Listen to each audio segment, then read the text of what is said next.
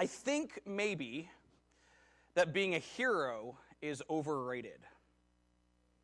I think maybe that living a life that people would admire and look up to and say is heroic is maybe not all that it's cracked up to be. I know, we very highly rate being a hero. If you notice, little kids, when they play games, they're always, pretending to be heroes. And even in ways, because being a hero is not just fighting the bad guys. We have defined in our culture especially that a hero is somebody that puts other people before themselves. That if you as a human being say, hey, here's these other people and they have needs and I'm going to put their needs ahead of my own. I'm going to put their needs above what I want. I'm going to put their needs ahead of my own comfort, my own livelihood sometimes, what I would rather be doing with my life sometimes. If I live my life in service of others, we say that is heroic. And I agree. I think that's great. I think, the greatest heroes are the ones we look up to because they live their lives helping to alleviate pain in the lives of others. And that's great, and that's awesome, and that's beautiful. But I think it's a little overrated. I don't want to be cynical, but here's what I mean. So the Apostle Paul is probably, he's the most important figure in ancient Christianity outside of Jesus himself. It's Jesus and then it's Paul. Paul is so very important. He wrote so much of the New Testament. We have so much of his words, so much of his writings. But even beyond that, we know that he was the guy who spread Christianity outside of just a small Jewish sect, a small Jewish world. He's the one that took the gospel to people nobody wanted to talk to.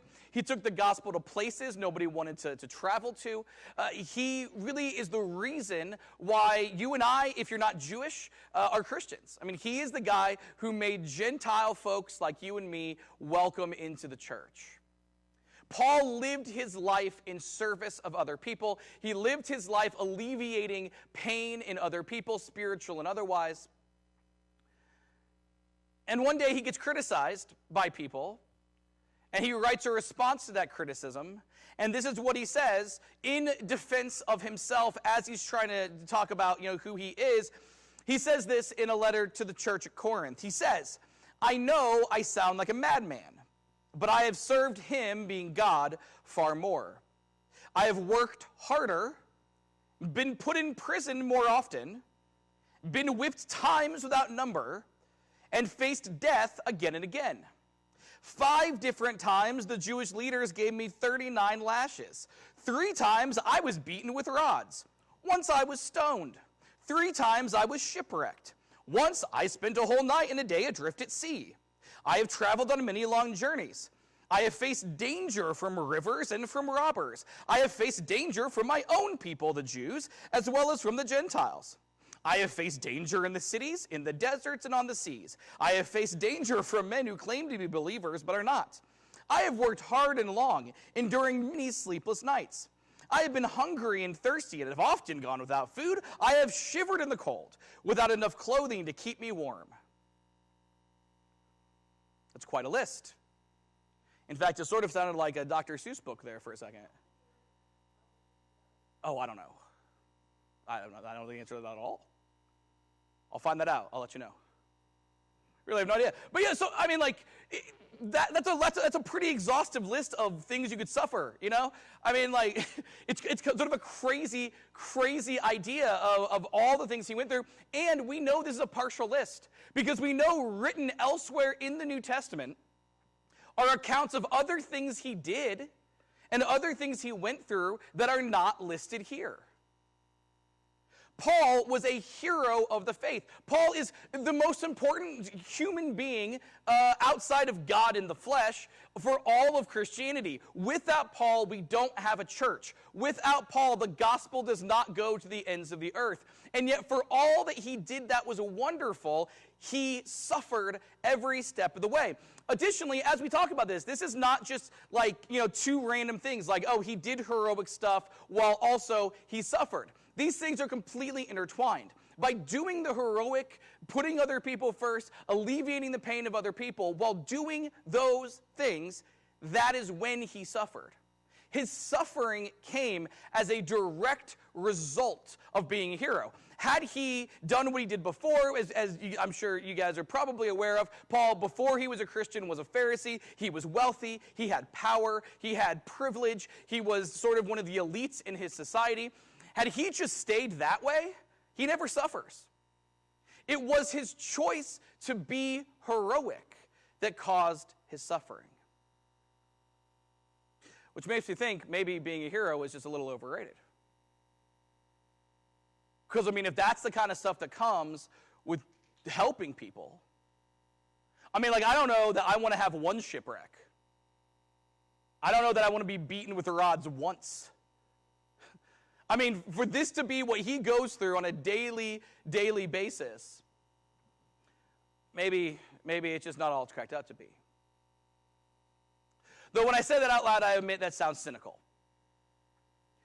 So it seems like maybe we just need to gain a proper perspective on how exactly we should feel and how we should think through and how we should understand pain and suffering and difficulty and God's will in our lives. And to do that, we need to talk about a story from Children's Church about a kid named Joseph and his Technicolor dream coat. Now, that is what the title of the musical is. But admittedly, that's not really the point of the story. The coat is not that big of a deal. The point of the story of Joseph and his dream coat is the salvation of an entire country of Egypt. Okay? So for perspective, we think about Egypt and the Jews, we think about the Exodus, okay? We are rewinding centuries before that. Centuries before the Exodus, before the Jews are even in Egypt, that's Joseph's story. And Joseph finds himself in Egypt, and Egypt finds themselves in a mess. The Pharaoh has a dream, and that dream is about cows and grain and all this weird stuff. And he's trying to figure out, what does my dream mean and what should I do with it? And that's where Joseph comes in. Because Joseph, it turns out, is just awesome at interpreting dreams. It's sort of his thing. And he and Pharaoh end up talking. And the Pharaoh tells him about his dream. And Joseph tells him this. What's going to happen is we're going to have 7 years of absolute plenty in Egypt. Not just Egypt, but all over the world that we know is going to be 7 years of plenty. I'm talking more crops than we will be able to know what to do with. But at the end of that 7 years is going to be 7 years of famine, when we will have not just few crops, but no crops. And so Joseph tells the Pharaoh, what we need to do as a country, as a people, what we need to do is we need to spend the first 7 years being responsible. We need to spend the first 7 years saving, making sure that we set back enough in the first 7 years to last 14 years. Because the back half of those 7 years, we're going to get nothing.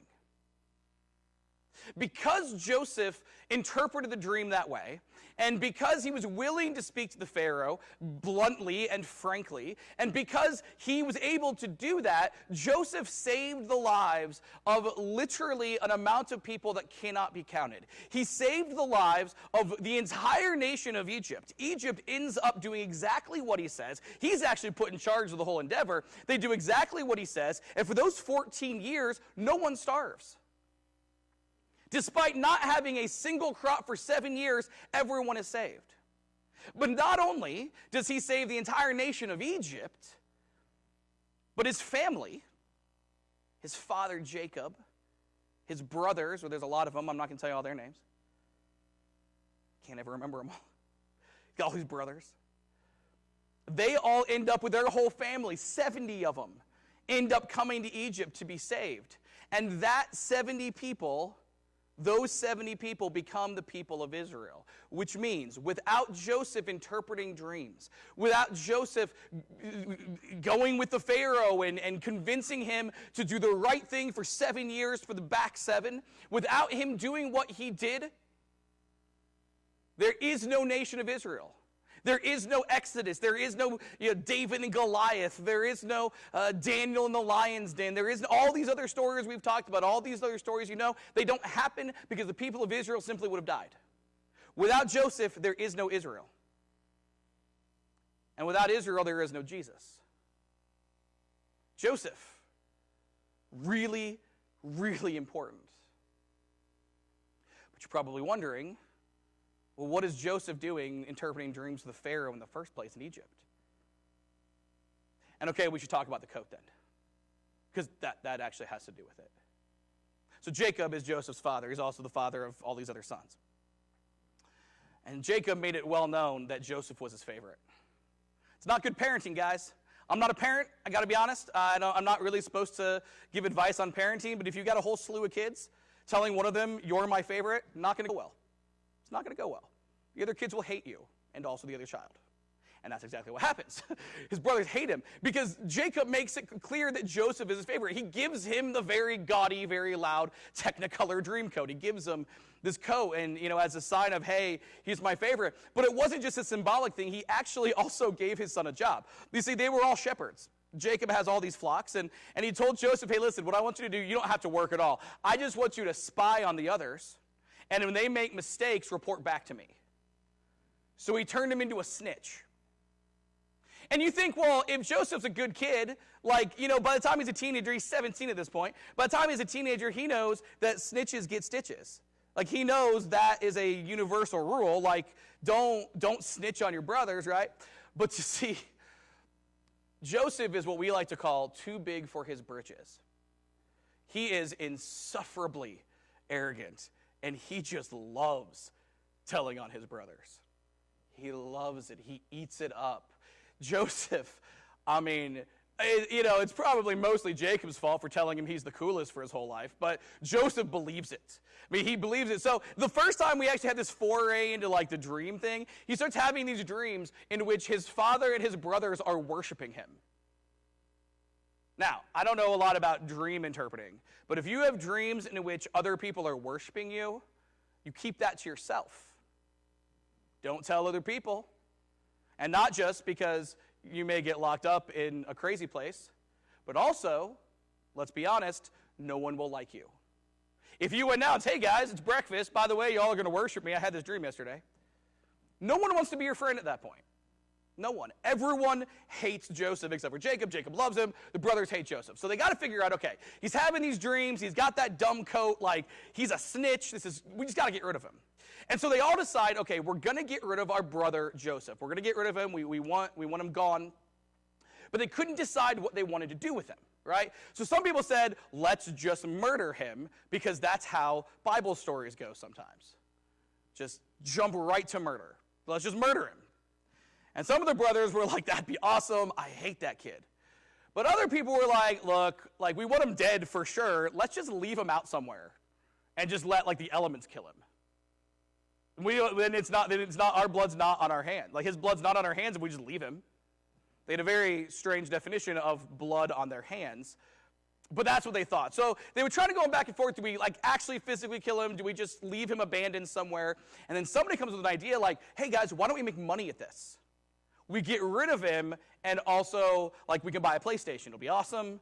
So we'll sell him into slavery, take the money home, tell Dad he's dead.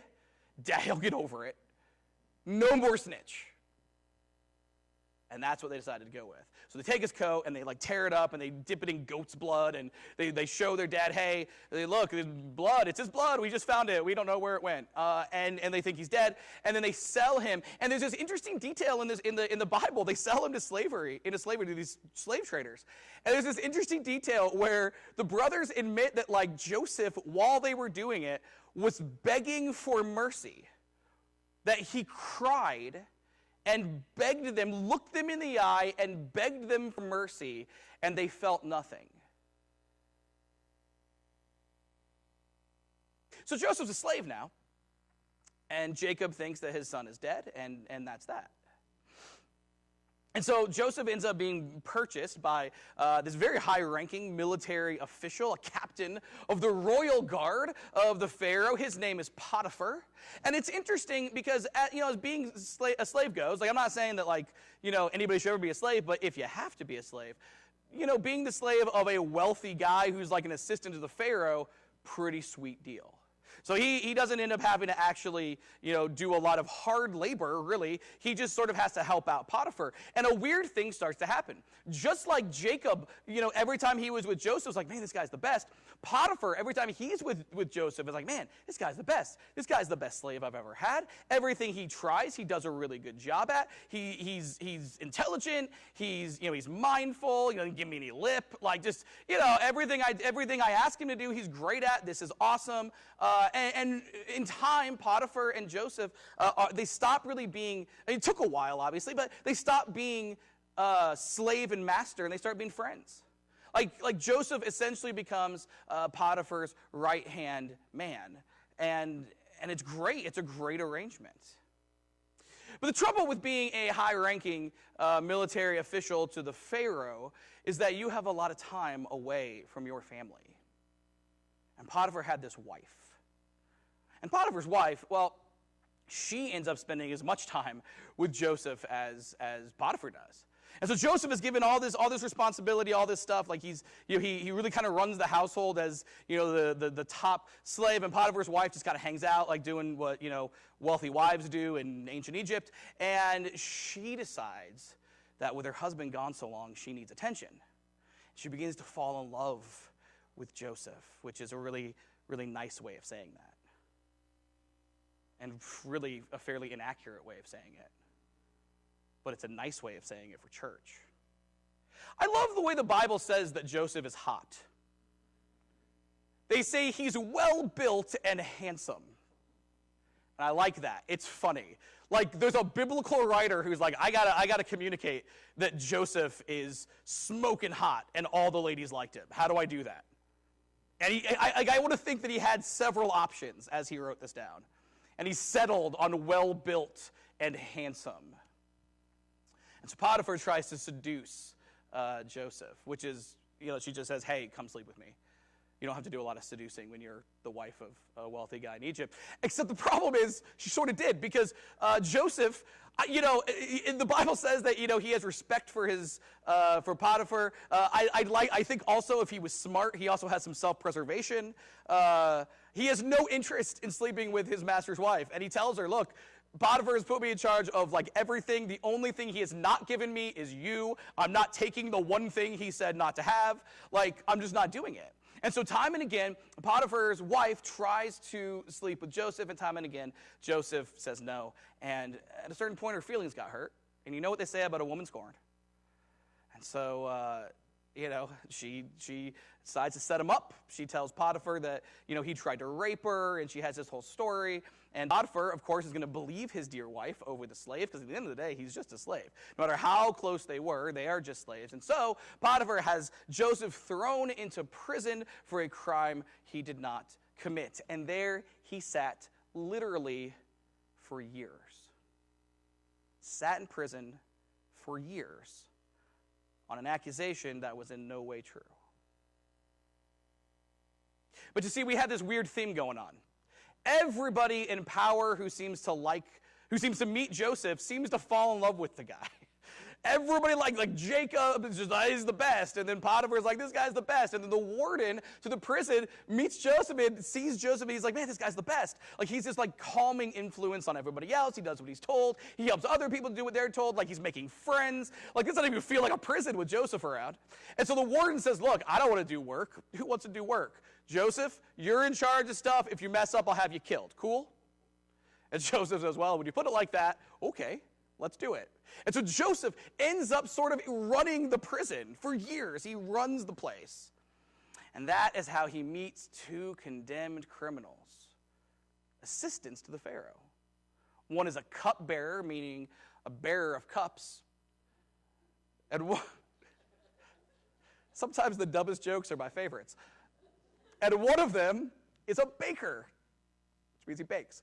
And so the cupbearer and the baker were accused of a crime. We're not totally sure what it was, but it was a capital crime. They were both thrown in prison until they could be sentenced to be put to death. And so they end up with, having these dreams. Both of them have these dreams. And they hear that dream interpreting is Joseph's specialty. And so they both come to Joseph. They're like, hey, we got these dreams. We'd love to know what they mean. That'd be awesome. And so the cupbearer comes and tells him his dream. And Joseph's like, man, I got some good news. Like, you're an innocent guy, and they're going to find it out. And in 3 days, you're going to be released, and you're going to go back to your old job, and it's going to be great.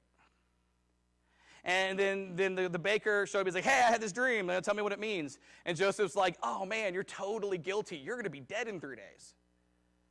And 3 days later, the baker is dead, and the cupbearer is bearing a cup for the king again. And it's exactly what it was. And Joseph had said, look, if this goes well for you, I'll tell you what, I'm not supposed to be here. Could you go ahead and tell the Pharaoh that there's this innocent guy who's really good at dream stuff? Like, could you just let him know? I'll do whatever he wants. I just don't want to be in this prison anymore for something I didn't do. And the cupbearer is like, yeah, I'll totally do that.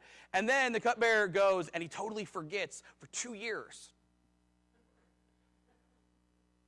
I guess he got around to it, because then the Pharaoh has the weird cow dream, and he's like, man, he's drinking his cup one day. He's like, I got this weird dream. Whoever could help me. And the cupbearer is like, oh, man, I totally told that guy I would tell him. And that's how Joseph meets the Pharaoh. I like that that story is sort of funny, depending on the way you tell it, because that's not a funny story. Not a funny story at all. Joseph's life is horrible, guys. Like, it's just the worst story. It's just the worst life. Everything is awful in that story. Like, it is one instance, an incident of suffering after another. And you can say, like, oh, well, he sort of deserves it because he's a jerk when he's a kid. Everybody's a jerk when they're kids. Like, when you're a teenager, if you're not a jerk, like, you're an alien. Okay? Like, that's just the way it is. Like, of course he was insufferable at 17. So were you. That doesn't mean you get sold into slavery.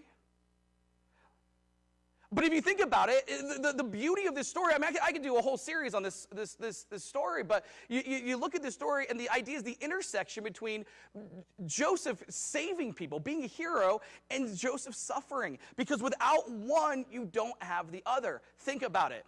Joseph is a hero because he speaks to the Pharaoh in Egypt. He can only speak to the Pharaoh in Egypt because he spent years in prison in Egypt. He only spends years in prison in Egypt because he was accused of a crime he did not commit by a woman who lied. He only was accused of a crime he did not commit by a woman who lied because he was owned by the woman's husband. But he's only owned by the woman's husband because he was sold into slavery by his brothers, and he's only sold into slavery by his brothers because his dad loves him the best and his brothers hate him. Without suffering, Joseph is unable to be a hero. Without his pain, it doesn't happen. They go hand in hand. And in fact, what ends up happening is the famine hits. Egypt ends up fine. And all the people around Egypt are like, why is Egypt fine? This is crazy. Like, why? Like, they all, like none of them are dying. We're all dying out here. Why is Egypt fine? And so people start coming from different places to basically beg Egypt for help. And one of those people ends up, before they were a nation, the family of Jacob, Israel. And they come and help, and Joseph, and it's this whole thing, and he's very emotional. He's like, oh, it's me, your brother, that you tried to, kill or sell into slavery. Let's be friends again. And it's a very emotional thing, and that's actually, by the way, that's how Egypt, the Israelites end up in Egypt. That's how it happens. So if you ever wondered, like, why are they slaves in Egypt in the first place? It's because of Joseph, like before the Exodus.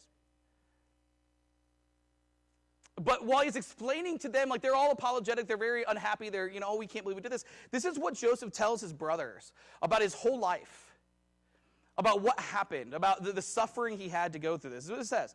It's in Genesis chapter 45. He says, God has sent me ahead of you to keep you and your families alive and to preserve many survivors. So it was God who sent me here, not you. And he is the one who made me an advisor to Pharaoh, the manager of his entire palace and the governor of all of Egypt. Joseph says God is the one who did this. Now, we have to absolutely make sure we define our terms well. Okay? What Joseph is not saying, or at least what we should not interpret or infer from Joseph, is that God orchestrated Joseph's suffering. And I'll tell you why we can't do that. Because the things that happened with Joseph were all sin. Him being sold into slavery, that was a sin. Him being owned as a slave, that's a sin. Him being accused of something he didn't do, also a sin. Him sitting in prison for years unjustly, that is sinful. God didn't do that. God's not into sin. Okay, God doesn't commit sins in order to do a purpose. That's not what. And while we're here, also, if we have any level of free will, God is not just orchestrating, hey, I'm going to force you to do a bad thing because I've got this plan for that dude over. That's not how this works. What Joseph was saying instead was that it was God's purpose that was carried out despite the sin of the people. God got his purpose done. God got Joseph to Egypt to save people despite the sin of the people. And in fact, maybe not even despite, but through the sin of the people. What I mean is this. The way God works very often is he turns lemons into lemonade. And that's a really dumb illustration, but I think you'll remember it. God turns lemons into lemonades. He takes bad things and he uses them for good. He takes the sins of people and he turns them around for good. God equips us to do beautiful, wonderful, dare I say, heroic things through the pain we suffer in this world. God does not cause the sin in this world, but the sin that is in this world is inevitable because people cause the sin of this world. And so God says, look, if it's inevitable, what I can do with it is I can redeem it, I can restore it, I can turn it around, and I can use it.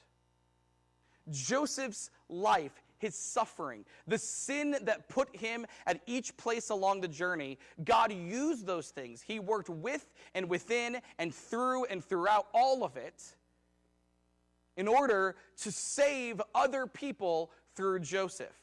Joseph suffered, and God used that suffering to alleviate the suffering of other people.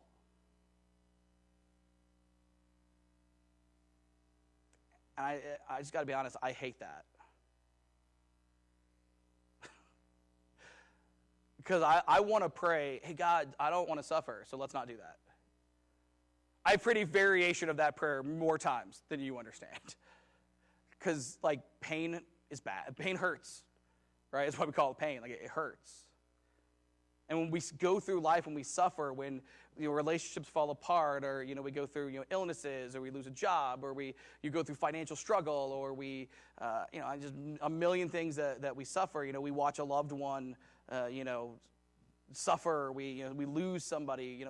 Just a million ways in which we suffer. We don't want to go through those things. I don't know anybody that wants to go through those things.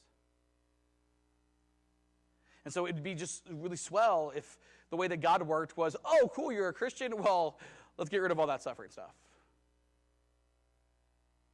But that's in no way the way that any of this works. That's not the way it worked for Joseph.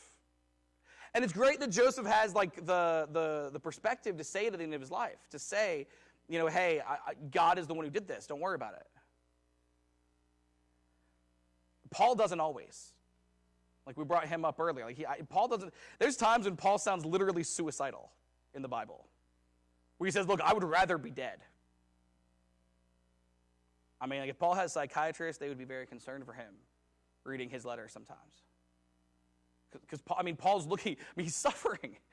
Everything's awful. I'd rather not even be here. This is what life is like. You see, because life is really hard. But the beauty is that we see in Joseph. Think what he did. Without Joseph's suffering, without that, he's not in Egypt to preserve a nation of Israel. It just doesn't exist without Joseph. Think about Paul. Without Paul's suffering, he's not doing the ministry he's doing. And without Paul's suffering, I don't know all of your, nationalistic backgrounds, but I'm looking at a lot of Gentiles right now. you're listening to one. Like, we're not there. Like, he's the one that did all. I mean, he's the one that spread all this. And I wonder in our lives how many times we have had hurt or pain or suffering. And that was equipping us to help somebody else. To help alleviate the pain of someone else. And I wonder how often somebody in our lives, when we've suffered, has helped us, has helped alleviate our pain. And the only reason they're able to do it is because they have also gone through pain and suffering. You see, God doesn't cause our pain. God's not into causing sin. That's not what he's doing. But what God is into doing is redeeming it and using it for his purpose. And so we live in a world where pain is inevitable. It's going to hurt. And we're going to suffer. But the beauty of the gospel, the beauty of a story about a kid with a coat, is that in that pain, God is still at work. In that pain, God is still loving us. In that pain, God is still using us to do something far greater. This morning, we are in our 8th week, almost final. We got one more week of this. Almost last week, our 8th week of our series called Children's Church for Adults. And our 8th lesson from this series is difficult and simple. God uses our suffering to equip us so we may help alleviate the suffering of others. God uses our suffering to equip us so we may help alleviate the suffering of others. So when the musicians are going to come forward, we're going to sing a song. We offer an invitation each and every week to take God up on his offer of who he is, how he loves us, and who we are, can be, what we can believe his promise is in him. The Bible teaches that when we understand this gospel, we understand who Christ is, that we are to repent and be baptized. It sounds like two things, but it's just one. In repentance, we turn our backs on who we used to be. We say, I want things God's way. And in baptism, it's a picture of our death, of our burial, of our resurrection. We align ourselves with Christ. We join ourselves to Christ. We are forgiven people. We are given his Spirit, and we are made brand new. If you've never made the decision, we got a nice warm baptistry, I think, this morning, and we got all sorts of people who can do it. If you're an immersed believer in Christ, looking for a perfect church home, this place is not it. But we do serve a perfect God. We want to connect. We want to call. We want to cultivate. We want to meet new people. We want to share the gospel. We want to grow up while we do it. And we want to recognize the perspective that being a hero is not overrated. It just sometimes hurts. But that's okay, because God redeems and restores it. As we stand,